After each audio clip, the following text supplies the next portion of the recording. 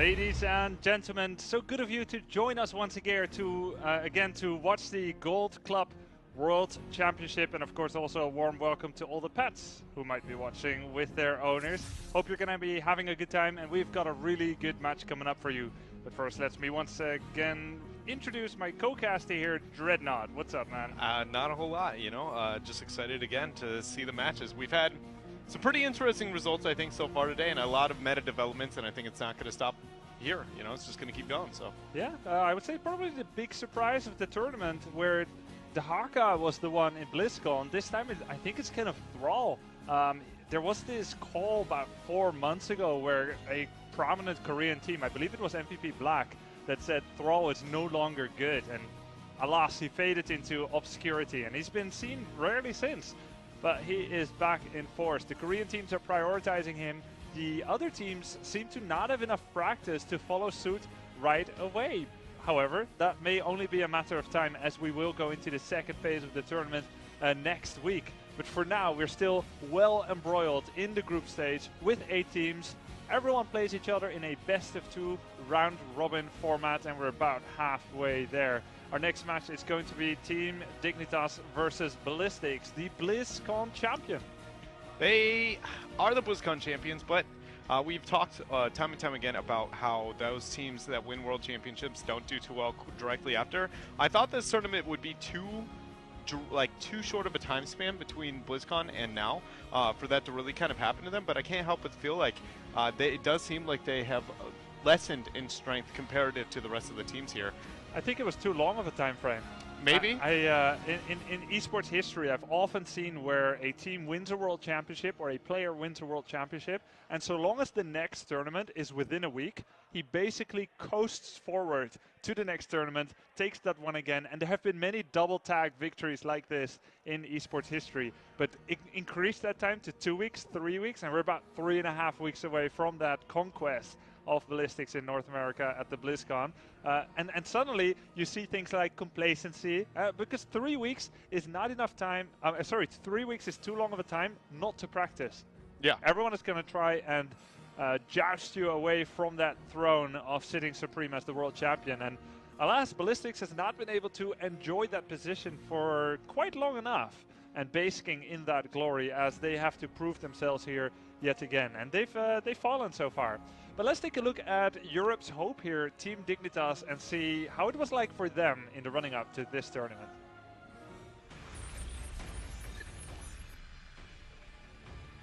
And they're here to show you why they are the #1 seed. Please welcome.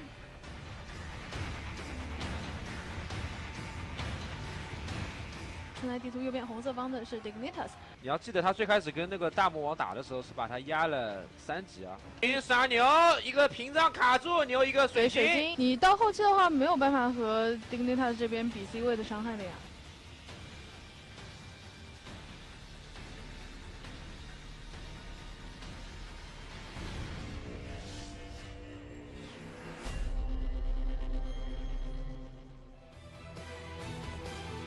Team Dignitas is a team with a lot of raw talent, and they are a well-established team that has done really well in the European scene, winning most of the European tournaments in 2016. I'm Bakery, and I'm the support and team captain for Team Dignitas. I think our synergy and our teamwork is one of the big strengths of our team. I think we still have the ability to get stronger than we are right now, but I think currently we're still a very good team.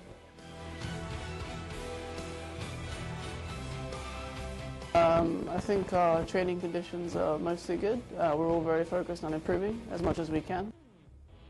I think we're a stronger team than many of the other teams here, and I think we'll have a good placing as a result. It would be amazing to win, but that's definitely not our target for this tournament. I think the rest of the tournament better watch out, because we're here to prove that Europe is by far one of the strongest regions. I think they can do really well. Furthermore, there's some really strong opposition here, so I think it's important not to get intimidated. Team Dignitas, they have what it takes to beat the world's best teams, and if they can do so a few times, they could just see themselves to a really good placement.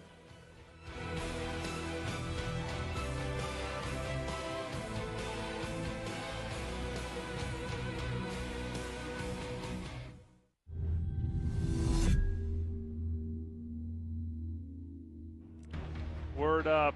Some cool words coming out of Team Dignitas here, who are going to be challenging Ballistix, the former World Championship victors. Athero Angel, Bakery, Mene, JPL, and Snitch.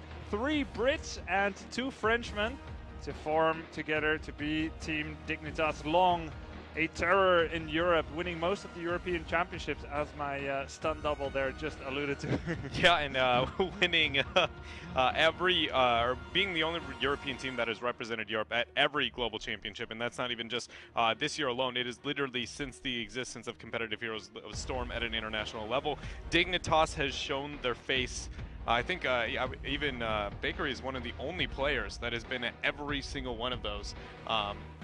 I don't know exactly going into this tournament, but at BlizzCon there was like a list of like 5 or 6, and I believe Bakery and JPL were some of the few that the long-standing ones. Yeah, I think JPL, he's been in a number of different teams, but I think he had like the most European Championship victories of any player in Europe, being across 2 to 3 different teams. So pretty cool statistic. Ballistix here with SCSC, Jongha, Noblesse, Nacho Chin, and Swoy came to a not entirely surprising BlizzCon victory, as from the moment that we saw them play in scrim games there, from their very first tournament game, we saw a team that does not screw around. They took every game seriously. They never let up. We didn't see the kind of clowning off and goofing off that we see in MVP Black, a fantastic team, but that did occasionally fall to just having a little bit too much fun. No, Ballistix seemed almost robotic in their advancement through the BlizzCon brackets, and well, so far they have not been flawless. No, they've been great,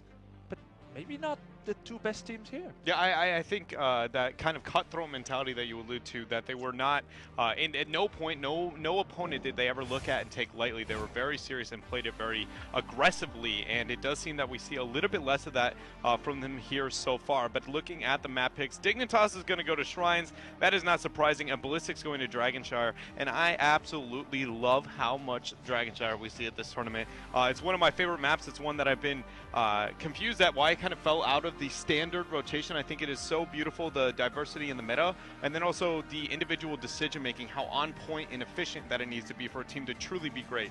Yeah, I would say that Dragonshire is like a little bit like what you would expect from a MOBA, where there is a very extended 1 versus 1, 2 versus 2 situation kind of thing, like as opposed to some of the more special maps in Heroes of the Storm, where everyone crowds together for like a central objective, and it's just this 5v5 team brawl kind of thing that happens a whole bunch of times. Dragonshire, one of my most frustrating battlegrounds to play in like the ranking system, because you need to get organized, and if you're by yourself and you've got 4 strangers to play with, as cool as it is to try and come together and find a kind of harmony, it's not always there, and it can be very frustrating not to have the kind of teamwork and coordination that are required to be good on this map. But these teams, they love it, and I love to cast it in pro tournaments, so very much in agreement with you, Dreadnought, to see to be excited about this one coming out. Now, because it's Ballistix's map choice, Dignitas is going to have the first ban and first pick, and we will see where they want to be going with that. Dignitas is a team that I would say definitely thrives on bigger maps, at least when it comes to their preferred strategies and play styles. And so seeing them try to adapt to some of these smaller maps is something that I am looking forward to see what they do decision-making wise. But I mean, we don't really need to say it time and time again. The globals are something we need to be looking out for. Right. Ballistix is very comfortable when it comes to Dragonshire here. So Dignitas really needs to try and consider, are they going to put heavy concentration into the 4-man? Are they going to be worried about more overall macro into the late game? Or is it that 1v1? And also, is Thrall on the table for them? Yeah, for Ballistix, I think it definitely is. Dignitas might be able to as well. Athero Angel, the flex player for Dignitas here, flex assassin kind of actually, might be able to pick up Thrall as well, though one may wonder whether enough practice is there yet for the Chinese, American and European teams, as Thrall has not really been a staple in these regions. Now, Ballistix has been prioritizing, as have their Korean country mates in other teams. They have been prioritizing Falstad, Brightwing, the Haka picks on first and second rotation. This is the first ban of the game. This is weird. And we're already going into the time pool. This is very weird, because you actually have many minutes of preparation as you kind of, you know, just sit Yeah, down in once your you chair. get the list of what the map pool is. Yeah. Like, this isn't the first time that they started questioning what is their decision making. Right, now, eating into 60 seconds, whatever, those are free. But eating into your communal time pool that is actually stretched across the entire ban pick phase is unusual. It's like, what were they doing leading up to that? So I agree with you. That's weird because there's literally no new information that you can get after that first ban. Yeah, it's not even the fact that I mean, it as you take that first ban, yeah. Yeah, it's not even that it really hurts you that bad to eat into your time pool. It maybe not is ideal, but more than anything, from my point of view, watching this game is what is the mental state of Dignitas more than anything. Yeah, and it's a weird signal. How can you get flustered by no new info, right? Yes, exactly. And so maybe they really just were in a very, very heavy and difficult discussion. It could be, it's not always a negative thing. It isn't always. It could be that it was just very well thought out. And that first step leads to kind of a snowball of the first half of this draft. We're going to have to pretty much see how that plays out. But it is not very common. I can't say how many times I've seen that happen. Very few, and usually only in grand finals. Yeah, and it's different if you literally ban pick the map, and then you sit down and then you do it. Then it's different. Yeah. But they actually do the ban pick of the map fairly in advance here. Yes. 10, 20 minutes before the match begins. So now you know. So the Haka Falstad, the global prioritization by Dignitas. Ballistix picks up what is left. ETC and Brightwing are two that are left. Brightwing can, of course, be global from level 1, whereas ETC needs a heroic choice in stage dive. Now, almost all the Korean teams have been banning ETC on first rotation. They are deviating from that, Ballistix. Yes.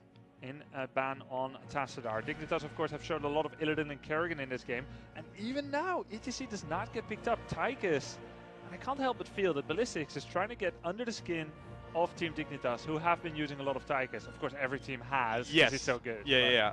Another thing to consider is that we have seen Ballistix play onto this map with almost identical this position, sitting in the second slot. Okay. And then also ban the Tassadar, which was which is what they do here. First pick was the Falstad from their opponents, and they opted towards a Brightwing Murden, which they didn't do here, leaving the option of tank over to Dignitas, and then they lock in the Zeratul behind their ETC. ETC hasn't been let through many drafts in this tournament, and he does have a very heavy impact not only in the game individually when it comes to the 4-man, but then the global threat that he has at the late game, which we know is going to be valuable here on Dragonshire. So yeah, I wouldn't bet too hard on it, but I would say that probably ETC is 100% contested rate so far. Yes. Either ban or pick. I think it is 100% involvement so far into this tournament as well. The Zeratul is something that is not what I expect out of Dignitas, but I can't say that I dislike the adjustment for them to move into it. You would expect it out of Ballistix, right? Yes, not so much on Dig. They are not a team that usually values their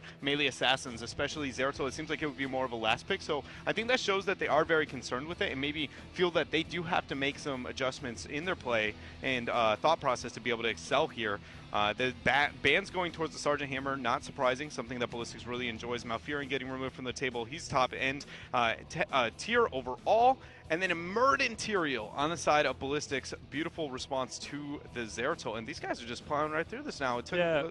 I always like the Murden Tyrael response to Zeratul in the sense that you now get two heroes that don't really fear Zeratul. Yeah. You don't generally want to go with a pack of Wildebeest when you're going up against a Hyena. Well, actually, a pack of Wildebeest would do fairly well. What I'm trying to say is you don't want to go for a lot of ranged, squishy damage dealers against Zeratul, as he basically has his pick of the entire herd. Ballistix now is making a very difficult-to-kill team, actually, with only one ranged damage dealer. Loving the Thrall pick here. He's going to be very self-sufficient with a block pick at level 1 against Zeratul threat. So we have basically this very tough-to-kill Ballistix team, very defensively, with Dignitas going full ham. Triple damage dealer, one cloaker, 2 ranged damage dealers. ETC not exactly the most self-sufficient warrior, solo support. So Dignitas here has gone for a kind of very sharp glass cannon type of structure here, whereas Ballistix is like stable. They're going to try and hold their ground. If they can, they will counterattack really hard. Yeah, they have on the side of Dignitas, their composition is going to have to be able to deal with the Thrall. That's the first thing that I'm looking towards, considering that they don't have a top laner. Yes. We brought this up before. When you pick Zeratul and he's your top laner, I never can really support that decision. I don't think that it by any means that the game is over, but I think you've already set yourself pretty far behind. But either way, these drafts are pretty unique, and we're going to have to see how that plays out, as we do have the game ready here for game number 1 between Team Dignitas and Ballistix. Let's get to it.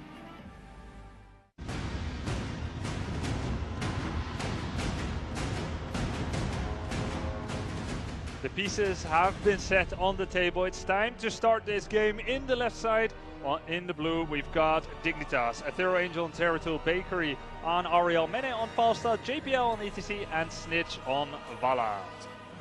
And on the red side, we are going to have Ballistix, the BlizzCon champions. SCSC is going to be playing the Tyrael. Zhongha onto the Thrall. Noblesse is playing Muradin. Tychus will be played by Nacho Jin and Swoi onto Brightwing. And I already have to point this out. SC on Tyrael, in my opinion, is significantly less impactful for his team than when Zhongha plays it, by a large margin. Really? He is already somebody that I'm going to be looking out for this entire game. Granted, I absolutely adore Ballistix draft overall. I think it is, in my opinion, far better, because Dig made some adjustments, but it wasn't comfortable to them, nor do I think it was objectively powerful enough in a lot of their choices. As I say, that power slide onto Zhongha, he ends up going down. First blood here, already Dig.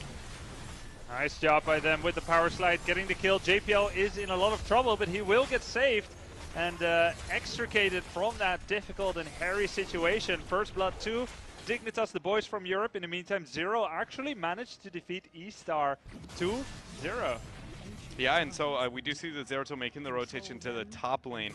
But yeah, every time you see Ballistix playing the Tyrael, if it's Zhongha, it does seem like it's a game-changing hero. Whereas SCSE, it seems very like that pseudo-assassin style that Tyrael can have at times, where you end up seeing the Saints only are affecting him, right? Or he's not in the position to save his team at times. Maybe the way that he aspires to do so. Mene getting a bit of harass, but Bakery will be able to heal him up. Quick talent review. We see the Vorpal Blade for Zeratul's the Bursting Light. Actually, the Searing Light at level 1 for Ariel. Every time she heals in an area, also damages whoever is near there for the opponent. We see the Hot Pursuit for Vala, the Gathering Storm for Falstad. Tyrael went for the Purge Evil, so really that damage build that you're talking about, Pseudo Assassin. Yeah. Muradin is going to be stacking his Stormbolts. Aethero Angel, solo laner, he's going to get blocked. Will he get away? Yes, he will get away. Yeah, now having the Pharaoh Spealer, that's the only way to reveal over the wall for them, so they weren't going to be able to hit that and let the lightning out. I do like the fact that we see Bakery moving into what's going to be a more frequent W build with the light harass. It shows that Dig is looking to be the aggressors at a lot of point in time. This Ariel build is very much complementary of your team going, and just constantly getting those Ws while getting damage, which then helps your hope a bit, while helping you be able to heal up all of your team as well. But this is a big rotation here from all of them. Zhongha is going to be falling here already. Athero's in a rough spot, but Swoi is going to be by himself. Swoi actually maybe overstaying it. Swoi was actually setting it up for Tyrael. I thought it was being overly aggressive, but Tyrael nearly got the kill on Zeratul. Stayed alive though with about 10% of his life as he blinked away. 2 takedowns for Team Dignitas. Look at Bakery's level 4. Yep, heavy burden. Every time you knock someone into a wall, you get the stun, you get the 35% slow. Not going to go for Majestic Span. Already doesn't have the Swift Sweep at level 1. And this is basically the build that we've been seeing for Ariel in China very much. A different build that started out as a Tomb of the Spider Queen build, and now it's seeing more and more used. And I like it. I've started using it. I do think it is probably better. It's definitely more aggressive than the Q build, which is just a bit safer. Yeah, I definitely like the talent too. Snitch with an aggressive rotation. Will the Stormbolt hit? It does. The nade, and that is going to be a kill here for Ballistix, but JPL is going to try and get a counter response. He does get the power slide in. Nacho Jin is going to be on the retreat here, and so that is a winning trade here for Ballistix. Yeah, I mean, sometimes you're not allowed to miss. As a pro gamer, as a tank, you're not allowed to miss that Stormbolt. Ballistix delivered. Good job by them, and they get the kill. It's now 2-1. Still a small lead for Dignitas. Their solo laning Zeratul has worked out fairly well. That one missed. Talking about not being able to, that was 100% a kill with a follow-up polymorph. But One thing I do really want to know for Dignitas into this game already is the rotation advantage that they've had over Ballistix. They have been a second and a half faster on every single decision, which has given them, for the most part, the advantage. It's not huge, but they seem to be controlling the game, which is not what I expect. Again, with that 0-2 to beat the solo top, I don't look at their 4-man as overly dominant in any way, really. So it's been impressive. Not what I would expect from Dig, again, who thrives on big maps. Snitch is taking too much damage there, trying to go for the regeneration globe. Actually dropped really low, but JPL is going to confirm the kill. The Searing Light from Bakery actually gets the kill, and Swoy goes down as well. Now the counterattack is in place. Snitch goes down to the double tank, and I can't help but wonder if Snitch actually did a kind of forward move just to set the trap, baiting Ballistix in, who went for the bait. And they managed to get the kill there. Oh, Jongha though, man, very greedy. Everybody unforced making error. a rotation. That was an unforced error. Jongha sloppy, third death of the game so far. JPL's a monster this game so far on the ETC. And Noblest looks like he's going to be going down here as well. The barrel roll confirms the kill. But JPL has been priming every single one of these kills for his team. The follow-up is there. Don't get me wrong, everybody is on the same page, on the side of Team Dignitas, but right now, a hero that we don't see let through a majority of the drafts, which is ETC, JPL is putting a clinic on how to apply threat on every part of the map. He's been on top, he's been on mid, and he's been on bottom. He's been helping Dig so very, very well. And Ethereal making that rotation was something I didn't think he would do. Ends up getting the Dragon Knight as well. And a kill. SCSC just slightly too late to teleport to the Dragon Knight. Trying to cut it off, but just being about 0.1 second too late. Dragon Knight gets taken, and the kill as well on Tyrael. Yeah. Dignitas is running away with this game and really are starting to impress here against the BlizzCon World Champion, who have shown to be strangely mortal thus far, but still. You know, this is Team Ballistix, and Dignitas so far doing very well on the map choice of Ballistix. Yeah, it is, and we do see the stage dive there. Reign of Vengeance on Vala. Everything else is very much what you would expect out of these heroes. I guess Vala's choice at level 4 and level 7 is kind of different. Creed of the Hunter, the auto attack speed increase, the more it's like a quest. You get more attack speed every time you auto attack heroes. And then at level 7, you get the Death Dealer, 140% bonus damage right after you vault in your auto attack. Reign of Vengeance, Power Slide, the setup, the Detainment Strike, Heavy Burden, and the Face Melt to stop Burden from jumping away. Perfect play here by JPL. Pin against the wall. Oh! Dignitas is greedy and thirsty. It's going to be a 5-man team wipe. That was such a beautiful play from Dignitas. I mean, with the level 10 advantage, I mean, everybody expects that team fight to go well in their favor, but they genuinely, the positioning, the rotation speed, the prime, the kill, nobody stacked their CC in any way, confirmed the first kill, the Void to force the advantage, but then Mene's patience. He didn't even open with the Gust. He goes, I'm going to get the kill, I'm going to wait for you, because they're all slowed through his Q, waiting for them to move out, and he's like, all right, I'm going to Gust now, confirm it. It was just, everything about this was almost flawless. Yeah, look at that Void Prison, the greedy one. Menen there starting to go with his Hammerang. Of course, the stage dive gets the slow and the damage, and then finally the Gust. Greedy to the dot, wanting to get all the kills, and Dignitas does exactly that. How many level 10 advantages do you see Dreadnought by some of the less sharp foreign teams, as it were, American teams, European teams, where it's like, oh, we're level 10 versus 9. Let's get one siege camp, or let's get one bruiser, or 1 or 2 towers.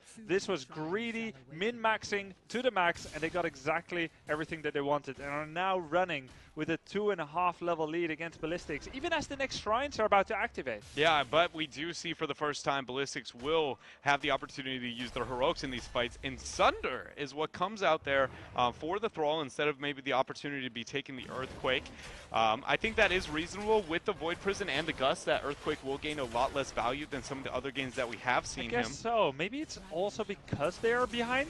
They want to shock a kill out of Team Dignitas. But if you're banking on a heroic off of the surprise factor, it's usually. I think it's just because they're behind. It's like maybe we just need raw damage. We're 2 or 3 levels down. We need to get a kill, and Earthquake is just too slow for it. I'm not sure. Either way, Dignitas with Ethereal up there has managed to be able to capture both of these shrines, and they have so much pressure on bottom. This should be a free rotation. Swoy's probably going to force the fight towards mid with a teleport here, but keep in mind they're down a talent here as the rest of Dignitas is making this rotation. SCSC is going to go in, but again, he is a man by himself here. Yeah, he will be able to get out. Jongha will not be able to interrupt this. Oh, actually, Aethero Angel was not channeling yet, but of course, It's almost a trap at this point. If you want to continue sending one person at a time to cancel this objective, sure, walk into the lion's den. As it were, Ethereal Angel does a punt. I don't think it was a good punt on Jongha because actually he walked into minigun from Nacho Chain while being slowed. Yeah, and then it's a waste of the HP there of your Dragon Knight. That's pretty 50% valuable. gone for nothing, basically. So a pretty big mistake there. Yeah, but they are going to be able to secure this fort there with the breath over time. They have 40 seconds to make something happen. But if I'm Dignitas, I am looking to... I have such a colossal lead. I'm trying to open this map up as fast as I can. If I get a Dragon Knight here at this 9-minute mark with the advantage I do have, and I'm like, well, I got a fort, I definitely am not satisfied with the positioning. So which towers do you want? The mid towers or the bottom ones? You open with mid there just to get the fort to open it. Right. Then you go to bottom because it's the most valuable lane, being the one with the shrines and the most amount of camps going to it. So I heard you explain this before as well. There's also, of course, the... Oh, hold that thought. Big polymorph route here on Mene. Mene uses the cost, and he will actually stay alive. I mean, I was writing his obituary. He's going to scrap that piece of paper now. Of course, the Sundering comes out. Sanctification, Crystal Aegis, Void Prison. JPL is about 95% of the way there to stage save. Oh, no way! Oh, but he go! I thought he was going to go a bit farther. I mean, you do that in the core, you're alive. This was actually an incredible Houdini escape. But in order to be as fast as he was, he clicked as close as he could. Yeah, he was trying to get out there. Whoops. And then the void, and then I was like, okay, he's going to die before it goes off. And then it was like, no. And then I was like, but he's going over the wall. That's not that far. No, sadly. I think he would have died to the minions, even if there was no hero follow-up. But good move by Ballistix. Now starting to push their quote-unquote advantage. Their talent down, but they have one more hero, so they hope that they can get one more kill here. Very, very aggressive move by Ballistix here. Very much is, and now 16 talents here has been picked up for Dignitas. The next shrine phase is going to be spawning in, it's going to be after this camp, probably, I'm going to say 45 seconds from now is when we'll see it arise. So Dignitas, if they time the night camp with it, which it looks like that's going to be their intent, they should be able to pressure enough onto top, and because they have, again, removed mid 4 and bottom 4, you time it with the shrine, you push out on top with your global, you fly down to bottom, and then you pressure the lanes where they have nowhere to retreat. If they take the fight on top, your knights are pressuring, you 100% see that rotation. If they take it to bottom, they have nowhere to run. You either get a DK or you end up getting a team fight. Sounds like a really good plan, but as it stands now, Ethereal Angel actually uses Bolt of the Storm to dodge a Sundering, and the stage dive hits, but they will actually get blocked by the Sanctification. Ballistix has a chance to make their getaway. Now, back to the Dreadnought plan. It's a little bit too late now. The fact that many resources were used, it was captured a bit early, so it's going to be free clear on the side of Ballistix, and they can't really capitalize on that advantage. But okay, sure. But it's mainly the resources used. The fact that you don't have the Gust, you don't have the stage dive, you want to abuse those tools for those rotations. They do come back pretty fast. They're not the longest of heroic cooldowns, but just about not aligned there to execute that plan. Ballistix actually having a fortuitous turn here to be able to get the Bruiser camp. Well done by them to actually kind of cut their losses, not lose additional members here with that trap there on Zeratul. SCSC, Power Slide misses. He will be able to get away.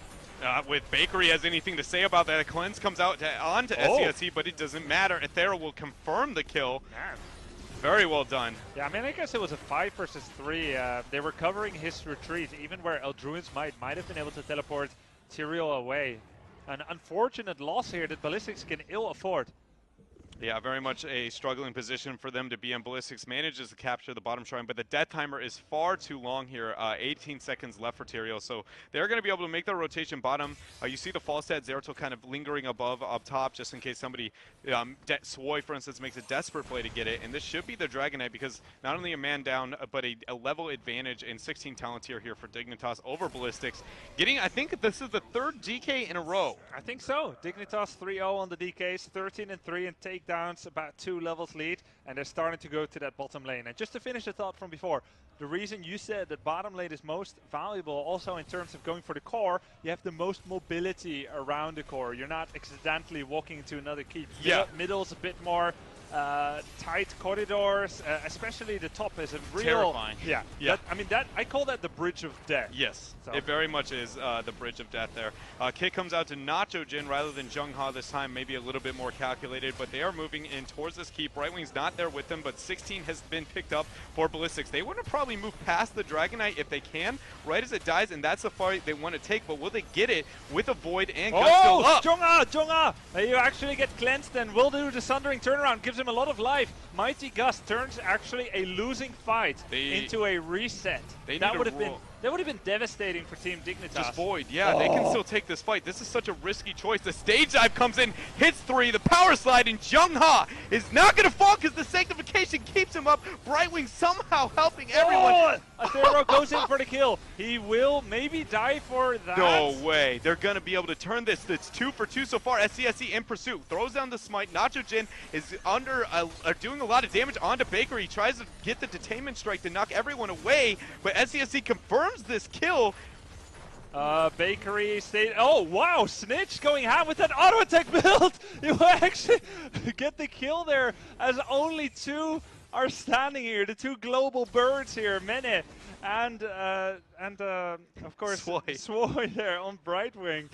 What a bloodbath. Okay, so when the Dragonite was still retreating and they got the keep, when I saw Ballistix moving up, I was like, this is a very risky fight for them to be able to take. And I thought they turned it Dignitas turned on it pretty well. They didn't really take it. It was like Dignitas went for Jongha, right? They nearly killed Thrall. Excellent cleanse by Swoy. Sundering turnaround. Gave him a lot of life. Great setup. And from that moment onwards, Ballistix was like, we got to move in. We just use Sundering. Yeah, that for Dignitas right now has to make them start questioning, even with like the stats advantage that they had in that fight and what should have been a pretty easy area and fight for them to be able to take. That was too close for me to be comfortable in that position. It was a very risky move when Athero Angel went in to get the kill on Jongha. Like finally, he had the Vorpal Blade available, or maybe it was the level 7 talent that also allows you to teleport. He went in, he got the kill, he died.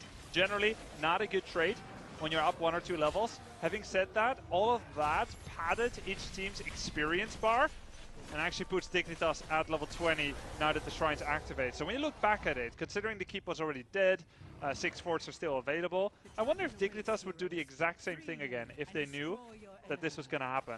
I mean, yeah, possibly, because that 20 advantage is really not something that you can deal with now if you are Ballistix. Granted, it probably would have happened either way as long as you don't like risk your positioning at all, but it only accelerated the position that they were going to be targeting for at this point in time. They do manage to get the bottom shrine and making the rotation elsewhere, but having that double global and 20 advantage, and even having the stealth that is Zeratul, we talk about the factor he provides to the later half of this map.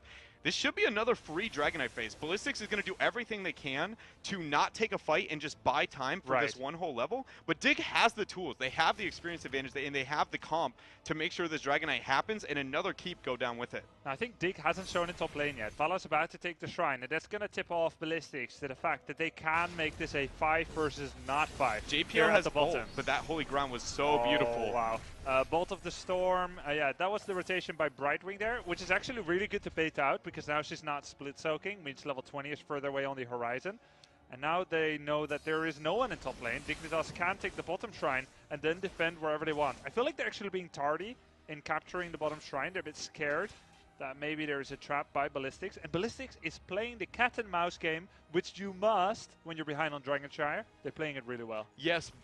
I mean, they're playing it phenomenally. The fact that, again, I told you that I think Dignitas, with the comp that they have and the advantage they have, this should be their moment. And that Void is not a cooldown you want to burn in this situation at this point in time. Ballistix should be looking to turn this around. Possibly, if they don't manage to get that kill, that is going to be the case. And now there's a 90-second window where Ballistix is going to be trying to pick up 20 and force as fast as they can. Yeah, I think that was a really big blunder by Dignitas. The Void Prison into, like, you know, yeah. It was a big blunder. They did the Void Prison. It's a big heroic to burn. Missed a bunch of the abilities. Of course, Cleanse did get used. They're going for core. Yeah, why not?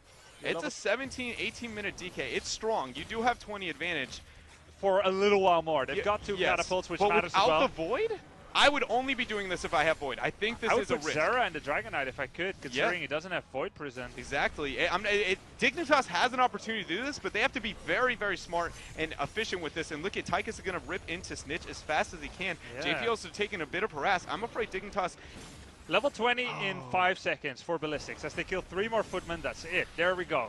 And now, actually, you're in a phase where Dragonite is worse than Vala could have been. Vala is actually one of the best level 20 heroes here for Team Dignitas, and he's stuck inside the Dragonite. I think Dignitas needs to get the hell out of dodge. You are right, this was an overambitious core attempt, and Ballistix is going to get a chance here to put the game on a 50-50 if they win the fight. Now, of course, Sundering did just get interrupted by a very well-placed well-timed detainment strike by Bakery and Ariel. That means that it goes in a 10-second cooldown. Sundering is now available once again. Yeah, that was completely wasted Dragon Knight. But we've hit the point in the game where Dignitas, they had the advantage, obviously. Things didn't work out too well there during this phase. It doesn't risk anything. They didn't lose too much. But it's for the first time that Ballistix has an opportunity to really be able to turn around the game, even though they haven't even taken out a single fort the entire match.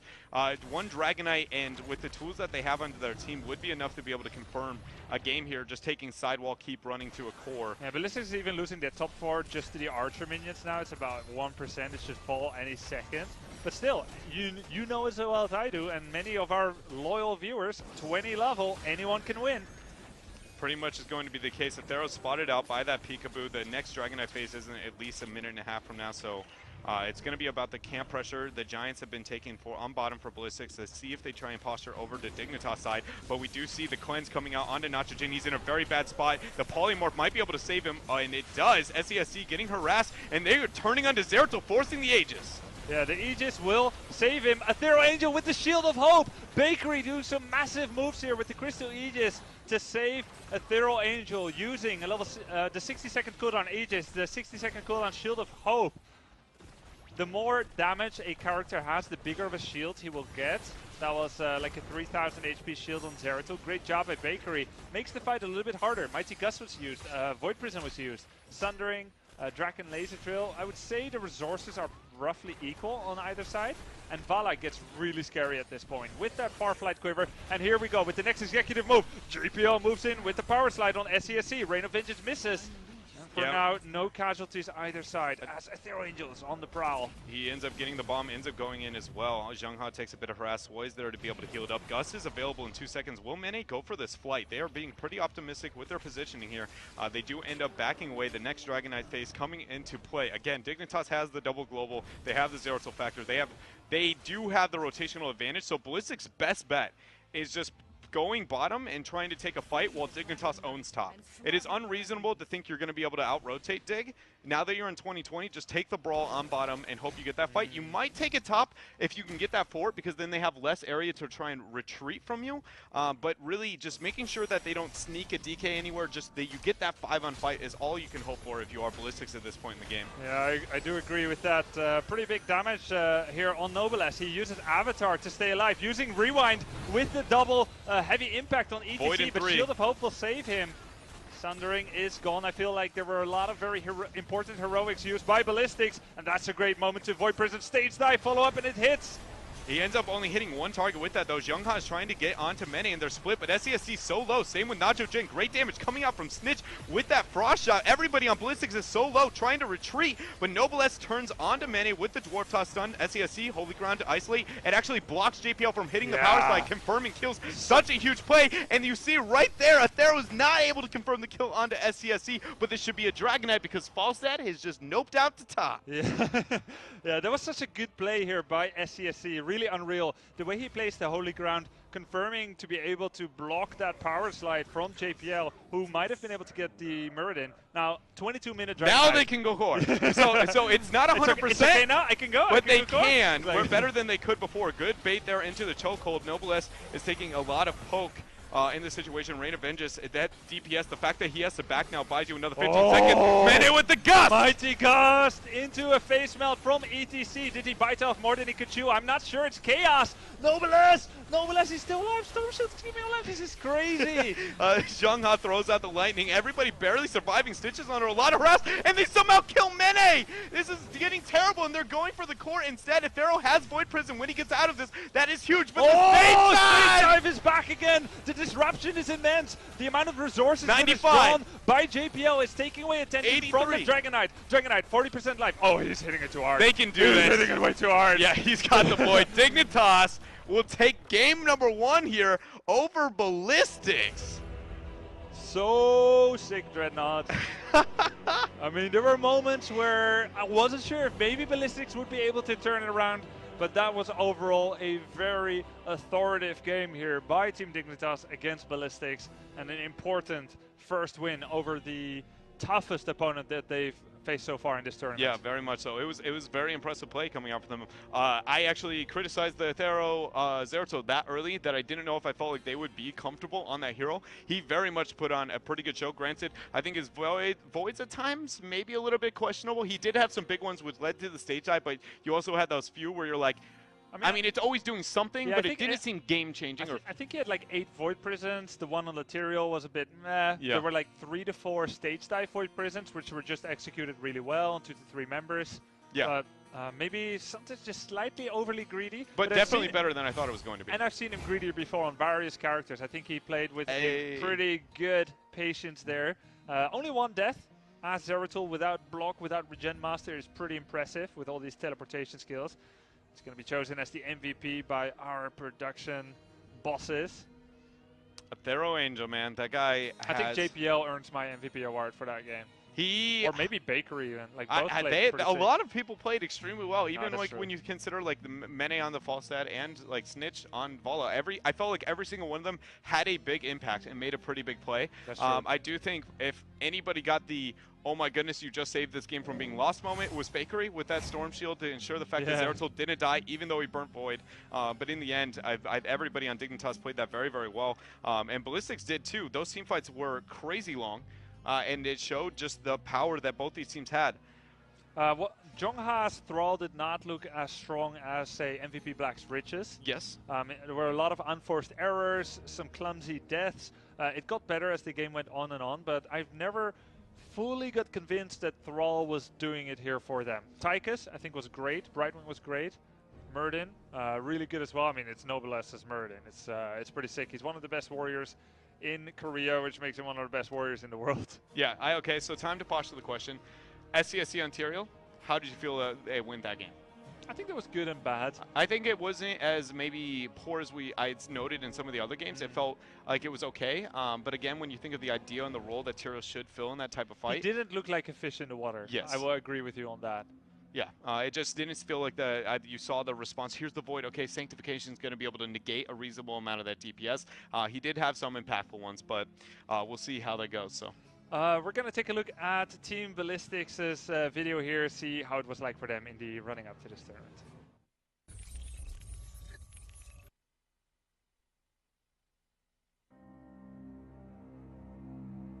Ballistix is the best team in the world.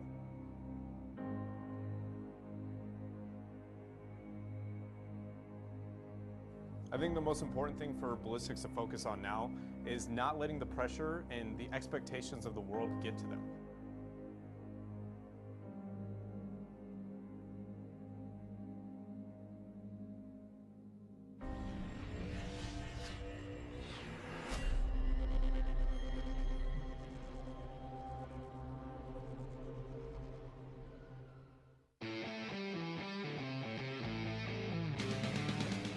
아무래도 큰 대회에서 우승하다 보니까 좀 기분이 많이 좋아졌다가 이제 많이 풀어졌어요. 그래서 이제부터 다시 연습을 많이 해야 될 것 같아요. 일단 블리즈컨은 우승해서 엄청 좋고 그 기세를 몰아서 온 대회이기 때문에 이번 대회도 꼭 우승을 내고 싶어요. 오히려 경기를 연달아서 하는 게 긴장감이 안 풀어지고 그대로 폼이 유지될 수 있다고 생각을 해서 더 좋은 것 같아요. 恭喜一下 Ballistix 3比1 개인적인 생각으로 중국이랑 한국이 제일 잘한다고 생각해요. 근데 중국이랑 한국 팀이 좀 제일 많은 세계 대회라고 생각해요. 이번이. 그래서 좀 많이 걱정은 돼요.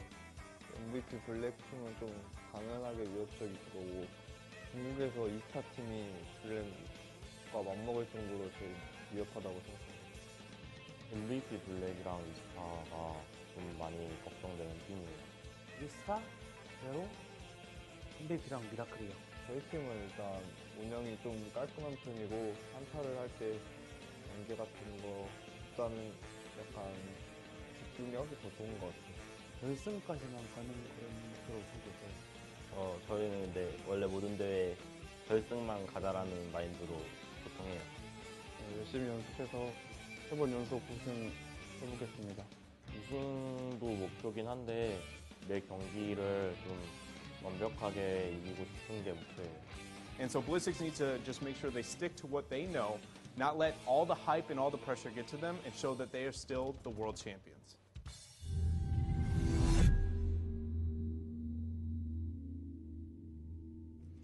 It's interesting that Ballistix sees it that way, that they feel like they want to keep their momentum going, where actually I always believe you're world champion on one day. Maybe within a week you have a grace period where you still get to be as dominant as you were at that tournament, and after that you're so studied, you're back to being a challenger, you're back to being an underdog or what have you. So yeah, SCSC, he said he's going to be, like they slacked a little bit. I'm not sure that I see it here per se, but it's definitely not the dominant form that we saw yet at BlizzCon. Yeah, no, I completely agree, and I think that might just be a mentality unless you have like the veteran experience and looking at the history of competitive gaming and how long that championship truly lasts. Right. Unless you are really staring at those things, I think it is reasonable to think, because in other things that you might translate those to, you can last for a little bit longer to be as good and as dominant as you may once be, but not really understanding how fast competitive gaming changes. I mean, what a world championship is a week is, I guess, the time we're putting. I think so. But I think it's the grace period. But I mean, there are some that have proven otherwise. The MVP Black lasted much longer than that. But after I think spring. they stayed scared. They stayed paranoid. Every time after you win, you stay greedy and you keep developing. But, you know, Ballistix, they did develop as well. There was a zero thrall pretty much coming out of them at BlizzCon. So definitely they've been working hard. And I think Dignitas should be pretty scared here going up against Ballistix here. They've made a Giant bleed. Giant is angry. Let's see what is coming out of them here. Of course, this is Dignitas' map choice, which means that Ballistix... Yeah, it's Dignitas' map choice. Yeah, it is by far Dignitas' best map. I can say every time they end up getting onto it, they absolutely adore this map and how it plays out. The one thing I'm looking at is they've typically let Kerrigan through, but they've responded with the Illidan. We saw this almost every time we've seen the map. So now that Ballistix ended up opening with the Illidan ban, Dignitas themselves says, okay, well then now it's our time to be able to remove the Kerrigan off the table. Now, heroes that I'm looking at here is going to be, one is Malfurion, that he's untouched, ETC. Tassadar is huge. Do you still go Tassadar when Illidan and Kerrigan are off the table? I don't think you first pick it, but I think it's very comfortable as a second pick slot on the side of Dig. Agree. So Malfurion seems to be the most obvious one. Normally it will be Illidan Kerrigan in that first rotation. Tyrael as well. But now it's been opened up, and it's all because of Ballistix's draft strategy. Once you remove Illidan, Dignitas must respond in kind with Kerrigan, because these two are the most polarizing melee assassins here, most polarizing heroes even in the current meta on Infernal Shrine. So it's been opened up. You're now allowed your top pick of assassin or support. You have Vala, Tychus, Malf pretty much, and they chose to go with Vala, which leaves Dignitas possibly with Malfurion and their favorite warrior pick. Now, JPL impressed on ETC last game. Yes. Does he go for it now? I see. ECC is one of those heroes that I understand the value. Okay, I like the task. I do think it's really big. I want to see them go with Malf. I think it's one of Bakery's best heroes. It's really impactful. But some teams feel very comfortable worrying about ETC above all else when the global itself is not going to have too much impact. And I personally think that you need it to be a map where globals really are going to draw a lot of aggro. Globals aren't bad on Infernal Shrines when it's a passive. But when it is your heroic, I typically don't like to see that. He's not bad. He's still a great warrior, obviously, but I think there are better heroes to be looking at here. Dignitas opts towards the Tyrael above all else. Now I'm starting to think, you're still babysitting a melee assassin. You could see this draft Tassadar Tyrael with a Kerrigan, with an Illidan. Of course, they're not available. So I'm starting to move down the ladder here, Dreadnought. The other options are what? You have a Sonya, possibly. Who functions as a melee assassin. You have Tracer. There could be a Zarya. Just making a raw shield-oriented composition that's very difficult to be able to deal with is another option. You still want somebody beefy to be able to give that to. But there's Varian, possibly. Yeah. Varian would actually be pretty good for Ballistix here, as he does have a level 16 Shield Breaker talent. Greymane is an option to protect with Tyrael Tassadar for Dignitas, something that they also like to run. Really good on this map. It was the first time that it really kind of came to fruition. But Ballistix here with the classical draft strategy, pretty much going with just top picks in general. Vala, Malfurion. Johanna is what I think we might see from them here. I think it makes sense. You're going up against probably a melee assassin. Yeah, and not only is Johanna actually Ballistix was one of the few teams that was comfortable with Johanna, but not only that, she pairs very well with the Vala, specifically when SCSE gets onto it. They go with the ETC instead. The thing is, if you go for Johanna and they're wrong, and Dignitas doesn't go Greymane, someone who you would love to blind as Johanna, and instead it's a Sonya. Sonya is a warrior. We like to describe her as a bruiser or melee assassin anyway, because we're stubborn and we don't care for categories and labels. You can't label me! But actually, Sonya is 70% or more magic damage, and then suddenly Johanna is not that hot. So kind of like the ETC pick here, relatively late in the draft. Could even see Moshpit coming out. Neither Tacit or Tyrael can counter Moshpit. They don't have the interrupt, so now Dignitas needs to make a change in their draft from what they maybe were liking to do.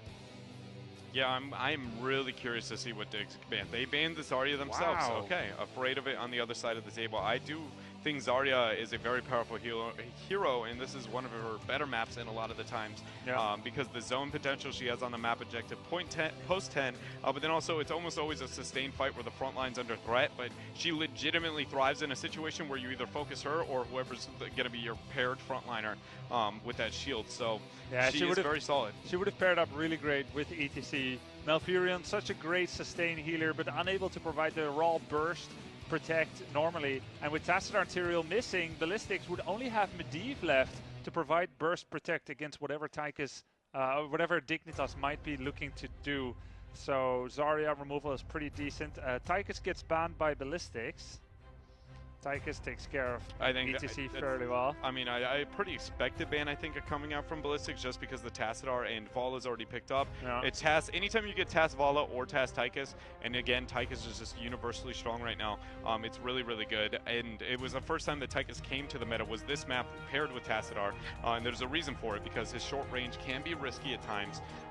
Another thing I'm afraid to bring up because I would like to see them pull away from it, but it is Dignitas now that we're moving a little bit lower when it comes to the DPS options, is Gul'dan is something I think we would have to consider. Do you go Gul'dan against Malf? I don't want them to, but I guess I would always give it as an option for them. They were willing to pick Gul'dan in a lot of situations that I normally don't look at and go like, that's the Gul'dan game. So Falstad pickup.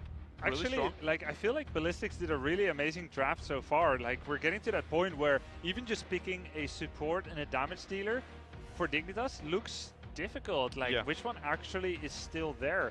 Falstad, great play coming out last game, possible. But, like, Falstad, Sylvanas, are they really on the same footing with Vala and Malfurion ETC? Like, in terms of power level?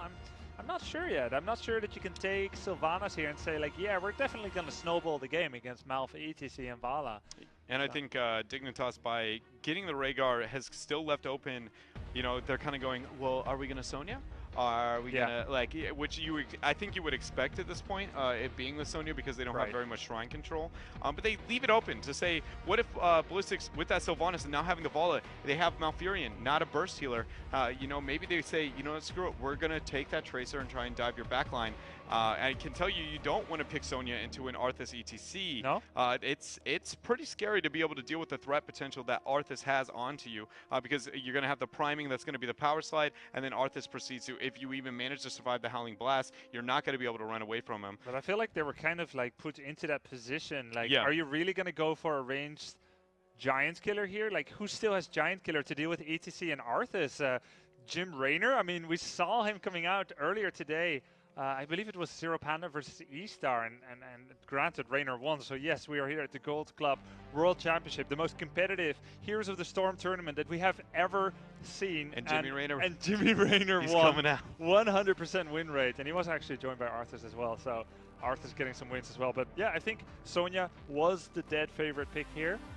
And you're saying it's tough. It's tough against Arthas ETC. No, it definitely is tough. So it's like, it's not a huge, like, this is impossible situation when you're like, how do you be able to deal with this? But it's not optimal. Whenever you have Sonya, you really want her to be able to, like, try and get the spin to win, get a large amount of harass going on, and then get onto the back line. But Arthas ETC is really going to make sure that doesn't happen.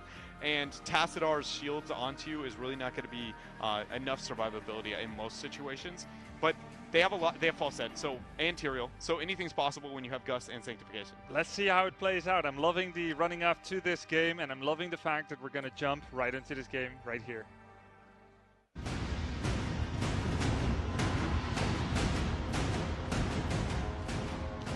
from Europe, 3 Brits and 2 Frenchmen. Team Dignitas, Ethereal Angel, Bakery Minute, JPL and Snitch. They're here in the blue on the left.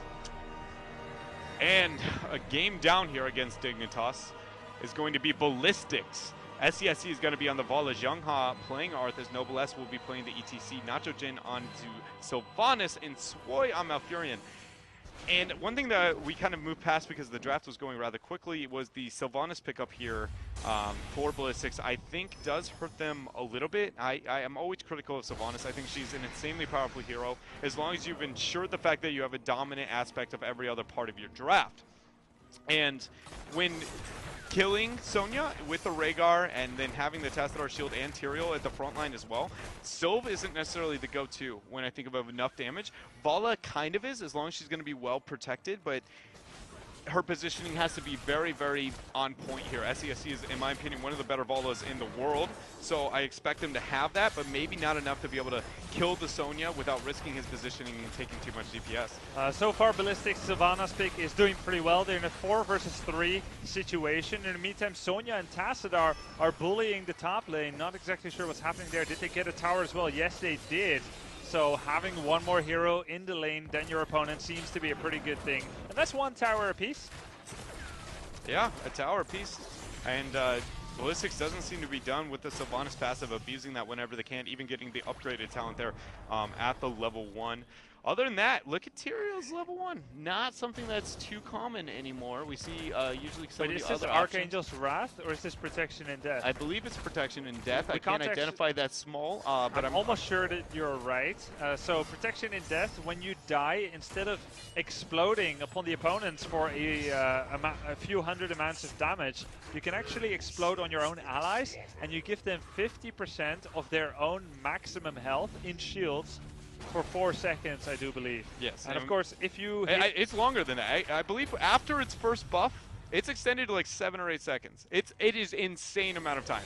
I would say probably 5. Okay, we'll play that, give you one but after this I'm going to look second. this up because I remember it being insane. And so JPL is going to be wanting to be at the front line and eating so much harass because it only benefits his team.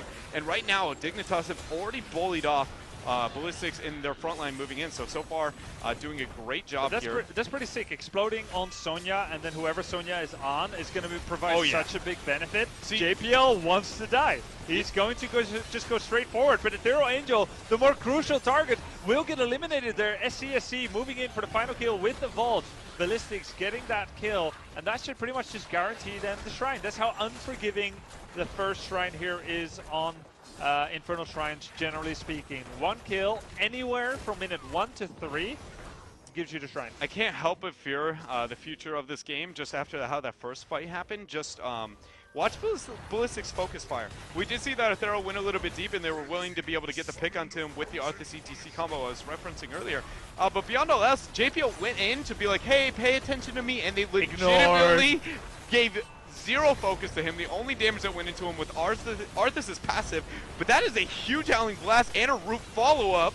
Yep, that's another kill there on Sonya, who got locked down by that Frozen Punisher into Arthas. Arthas loves this Frozen Punisher. He speaks exactly the kind of language that he does as well with those double icy roots, and that's going to be exactly why Sylvanas used to be the #1 pick on Infernal Shrines. Punisher's the real MVP here. I don't care what we give him at the end of the game. That's good. Actually even in death? Yeah, it's actually the Archangel's Wrath buff, so it's not that protection feels in death. Bad. Sorry, feels bad.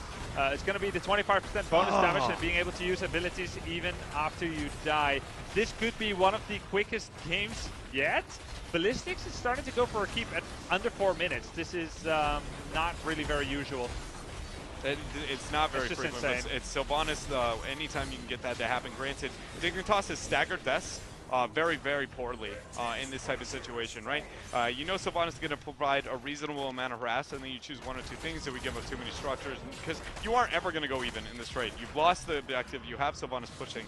You choose if you want to try and make up for it, soak elsewhere on the map, and then give them a little bit more structurally, and then defend the keep. And they end up trying to do a little bit of everything, staggering 3 deaths. So suddenly what became like, oh, this is going to be a rough start to a entire level disadvantage here. Arthas picking up Icebound Fortitude gives him a reduction in stun and root effects, allows him to be faster. Block, and of course the biting cold. Very nice Howling Blast there, Jongha with the Death Coil on Mene. Of course, no Mighty Gust available this time to save himself, and SCSC will confirm the kill. Truly agree, not just because of that, but one of the best Vala players in the world. I've heard other players speak of SCSC's Vala in alt tones. Yeah, is the legend that is SCSC's Vala. But a Thero Angel onto that Sylvanas so far has been picked off twice when it comes to the positioning here. Nachojin's going to convert the camp, but Jungha's maybe going to get body blocked. Good route from Soy. Such great zoning coming up from this team. The top keep did not die yet. A level and a half advantage. They're closing in on 10. And if I'm Ballistix right now, I would look for a double keep play with my 10 advantage. It's so big that you can get 2 keeps. Yeah, and they've been playing so insanely effective there with their min-maxing. They're going to get that level 10 right here. Top. Yeah, they're going to go for the keep. And after that, I think you're right. They can just move to the mid-keep from the inside. They have level 10s. There's no real defender's advantage with the forts actually getting disabled. Even a Death Coil on the keep, why not?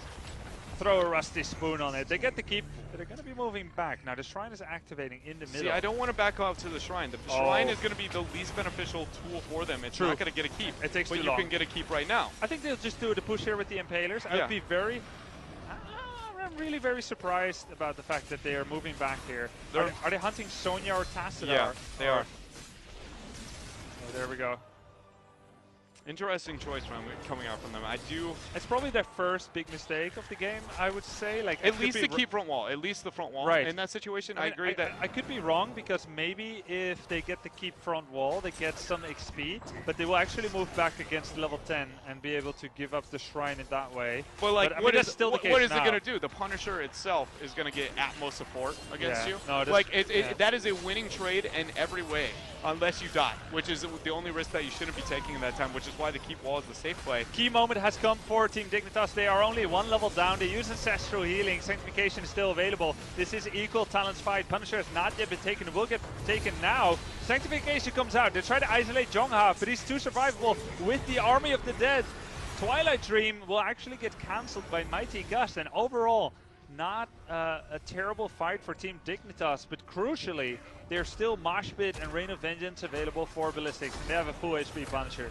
Yeah, I wish I knew the cooldown on Swoy's cleanse right now, if they're going to be able to try and make a Mosh play with a pre-cleanse happen here. Sonya is one of the only interrupts available with Gus being off cooldown. They dive in, Rain of Vengeance confirms the kill onto Bakery, so 1 man down to keep the passive from Sylvanas still crippling this keep with a 76% Punisher here. They should be baiting it towards bottom keep, but I think Ballistix doesn't care. They might be setting their eyes to the core.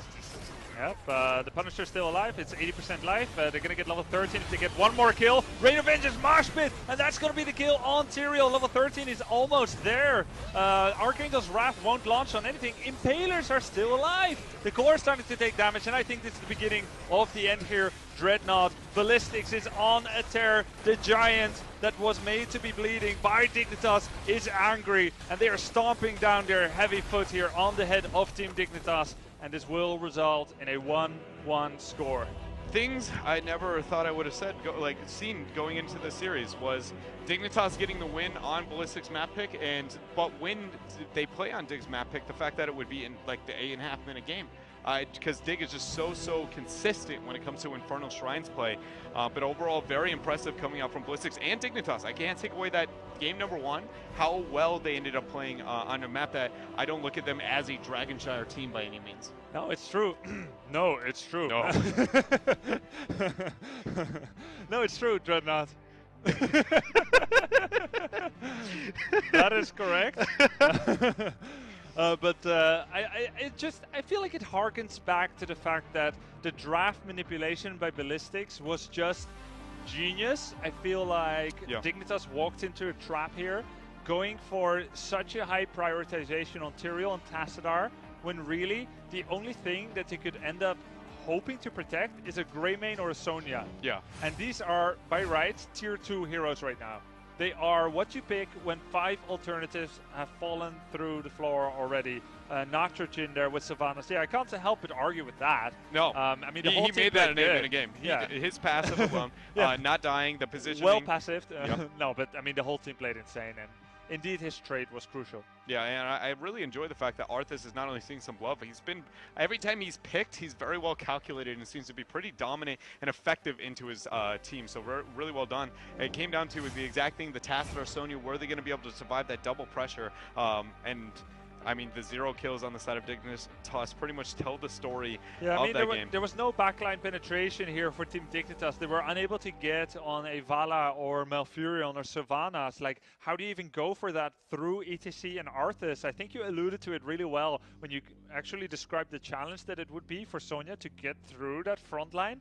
It's different when you have a Zeratul, Illidan, Thrall, someone who can kind of like break up the composition or skip the front wall, kind of jump over that. But Sonya, unable to do so. I mean, by the time level 10 was out, the map was already very poorly in, you know, for Dignitas, and very well in favor of Ballistix. Yeah, it even gets worse by the fact that not only do you have a double front line, but if it's only Arthas, it's actually not that hard.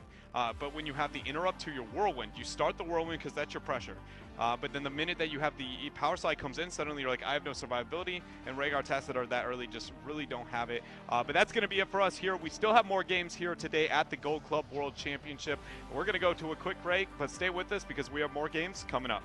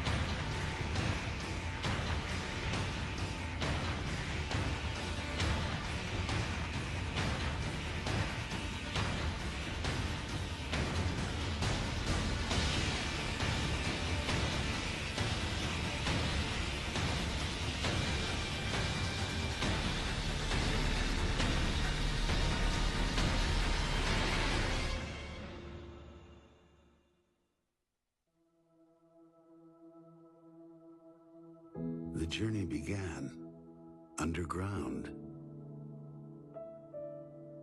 Before the lights, cameras, and conventions. An unlikely assembly of heroes. Forging friendships from pages and pixels. United by a common desire to shape their own worlds. Unleashing their imaginations. Harnessing their nightmares. All in service of the epic adventure. This is your story. This is our story.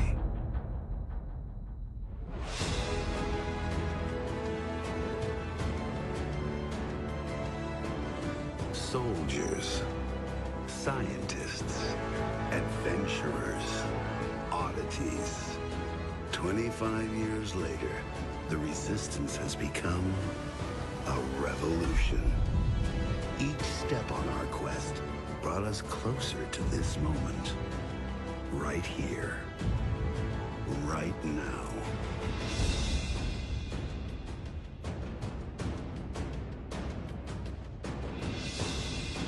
Are you ready to start round 2?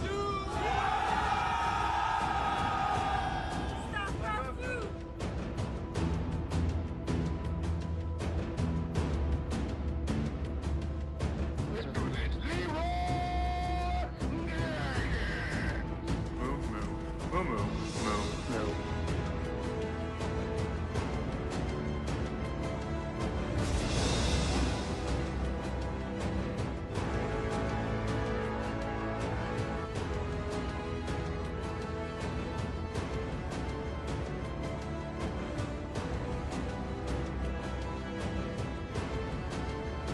Ladies and gentlemen, oh my God! Fireman! The world champion!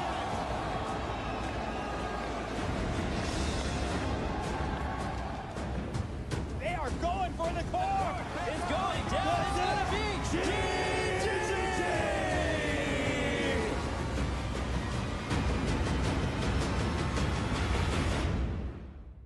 Who is that guy? He is one tough badass.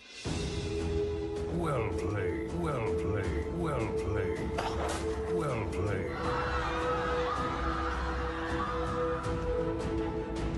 It has been 17 years since Blizzard opened the door to a new adventure.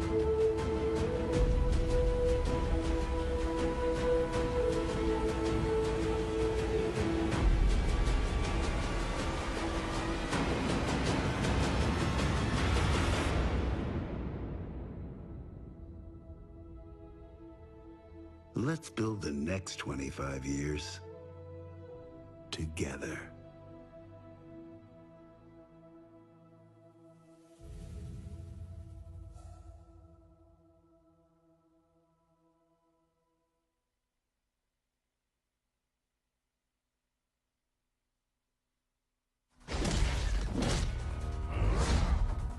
Forget what you know. Heroes of the Storm defies MOBA conventions. We're not here to maintain the status quo, we're here to upend it. The game starts out familiar enough. You choose from a wide range of heroes, warriors, supports, assassins, and specialists, all with their own unique talents and abilities. Several even push the boundaries of typical gameplay, such as Cho'Gall, where 2 players control a single hero. Or Abathur, who manipulates the battlefield from afar, never engaging in direct combat. Once in-game, things move fast. Within minutes, objectives will emerge that must be contested in order to create advantage for your team. Depending on the battleground, these points of interest can range from collecting gems that allow you to summon powerful web weavers to push your lanes, to holding beacons, which unleash massive waves of Zerg, or even collecting nukes you can deploy on enemy fortifications. These objectives continue to drive the action in Heroes, where team fighting and playmaking are the norm. Mounts and healing fountains will also help you stay in the fight longer and get back in the action sooner. There is no shortage of battlegrounds in Heroes. Each brings with it a different set of objectives requiring diverse strategies, team compositions, and playstyles. On a larger battleground with split priorities, like Towers of Doom, maybe you'll want to prioritize abilities with global reach. Need to take down an Immortal to fight at your side? Get some beast single-target DPS. Want to prevent capture of the tributes on Cursed Hollow? Poke them down, then take them down. Each map will provide a unique experience. Ultimately, what sets Heroes apart from the crowd is its talent system. Rather than a one-size-fits-all item shop,